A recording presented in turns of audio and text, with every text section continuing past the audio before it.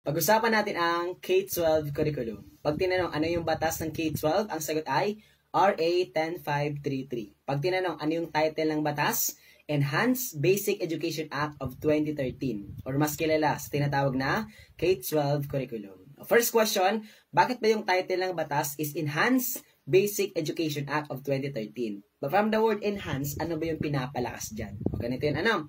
Pag sinabi nating basic education, ang mnemonics natin dyan ay KESAS. Anong ibig sabihin ng KESAS? K, kindergarten, E, elementary, S, secondary, A, ALS, and S, special education.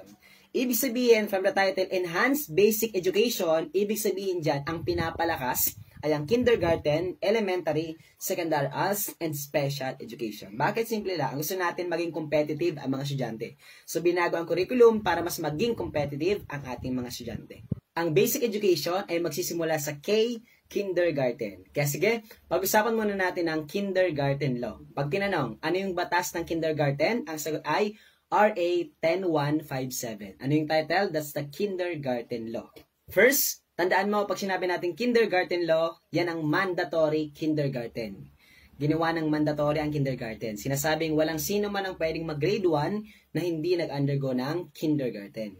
Noon po, pwedeng magdiretso ka ng grade 1 kahit hindi ka mag-kindergarten. Pero ngayon, sa RA 10157, mandatory kindergarten. Kailangan ng mag-kindergarten bago makapag-grade 1. Kapag tinanong, ilang taon ng bata para makapag-kindergarten? 5 or at least 5? Ang mas tamang sagot sa board exam ay at least 5.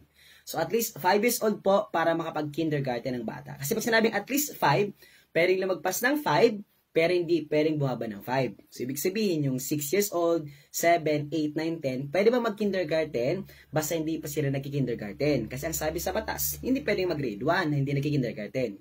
So, yung mga 6, 7, 8, hanggat hindi pa sila nagki-kindergarten, pwede pa sila mag-kindergarten. Guess by teachers. At kapag tinanong, anong lingwahe ang ginagamit sa kindergarten? Ang tamang sagot ay mother tongue. Pero kapag walang sagot na mother tongue, pwede mo isagot native language. Anong ibig sabihin ng mother tongue? That is the first language learned by the child. In Tagalog, yan ang pinakaunang lingwahe na natutunan ng bata. That is mother tongue or the native language. Dalawang tinatanong sa board exam. For the purpose of communication and instruction, ano daw grade level ang ginagamit ang mother tongue? Ang sagot dun ay from kindergarten to grade 3. Ibig sabihin, from kindergarten to grade 3, ginagamit ang mother tongue sa pagtuturo at sa araw-araw nakikipagkomunikasyon. Ibig sabihin, for the purpose of communication and instruction, sa pagsasalita at pagtuturo, kindergarten to grade 3, ginagamit ang mother tongue. Pero kapag tinanong, mother tongue as a subject, ang sagot sa board exam ay grade 1 to grade 3.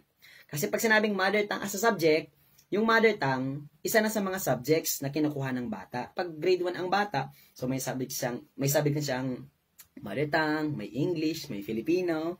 Ano po? So kasama siya sa mga subjects na tinitikin ng bata at kailangan ipasayo ng bata kasi may grade siya dun pagkatapos. Ano po? So that's from grade 1 to grade 3. Pero hindi dun kasama ang kindergarten kasi wala mang subject na mother tongue ang mga kindergarten. Ang subject na mother tongue magsisimula sa grade 1 hanggang grade 3. So, linawin ko lang, for the purpose of mother tongue as a subject, that's grade 1 to grade 3. Gets by teachers.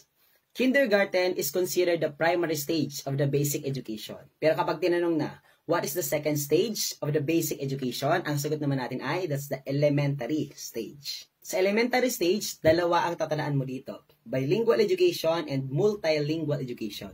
Kapag sinabi nating bilingual education o gumagamit ng English and Filipino sa pagtuturo. O kaya nga bi means two languages. Ano yung dalawang primary languages na ginagamit natin? English and Filipino sa pagtuturo sa mga bata. Pero kapag two or more languages na, ang tawag na rin ay multilingual education. Next naman ay high school stage. So ang high school stage natin nahati sa dalawa. Junior high school and senior high school. Yung junior high school from grade 7 to grade 10, samantalang yung senior high school naman ay from grade 11 to grade 12. Pag tinanong sa board exam, ilang grade levels lahat ang dinagdag sa K-12 curriculum? Yung anong sagot? 2 or 3 grade levels. So, ang mas tamang sagot sa board exam ay 3 grade levels ang dinagdag sa K-12 curriculum. Ano yung tatlong grade levels? Kindergarten, grade 11, and grade 12.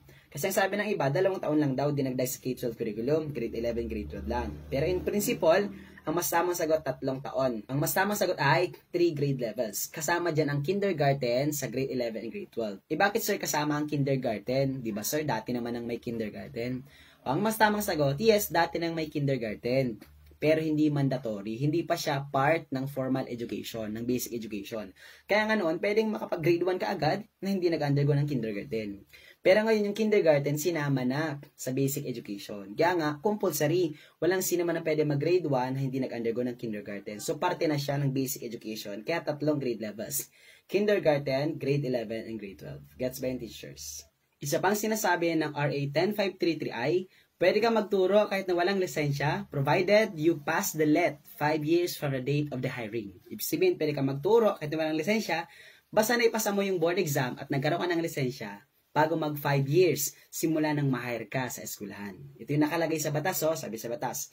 Graduates of Science, Mathematics, Statistics, Engineering, Music, and other degree courses with shortages in qualified licensure examination for teacher applicants to teach in their specialized subjects in the elementary and secondary education, provided that they pass the LET within the 5 years from the date of their hiring. In Tagalog, yung mga graduates daw, pwede nang magturo sa DepEd kahit na wala pang lisensya, basta dapat naipasa mo yung LET 5 years from the date of the hiring. Ang ganito yung teacher, So, kayo po, kahit na wala pa kayong lisensya, pwede na kayong magpa-ranking sa DepEd. Bakit yung DepEd kasi may dalawa? Meron silang ranking for licensed teachers, merong ranking for non-licensed teachers. O doon ka mag-a-apply sa ranking for non-licensed teachers. Lahat ng mga applicants na wala pang lisensya, i-rank din sila pataasan ng points. O kung sino may pinakamataas na points, o sino yung may mga matataas na points, o makakapasok sa DepEd, kahit na wala pa silang lisensya. Makakapagturo sila sa DepEd, pero for probationary muna ang status nila. Probationary, hindi pa regular. Ano po?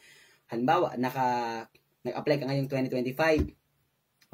Bago mag-2030, dapat naipasa mo na yung board exam. Nagkaroon ka na ng lisensya. O kapag bago mag-2030, naipasa mo yung board exam, may lisensya ka na, ang gagawin ng DepEd, i-absorb ka na. Yung probationary status, magiging regular na yon. Guess ba yung teachers? Pero, kapag 2030 na, di ka pa rin nagkakaroon ng lisensya, tatanggalin ka sa DepEd. Bakit? Quality education. Dapat magtuturo lang sa mga bata, yung qualified, magagaling. Paano masabi magaling? May lisensya. Napatunayan sariling magaling kasi pumasa sa board exam, sa standard. Guess ba yung teachers? In general, ang sinasabi ng RA 10533 ay pwede magturo kahit na walang lisensya, provided you pass the LET within the 5 years from the date of the hiring. Gets ba yung teachers?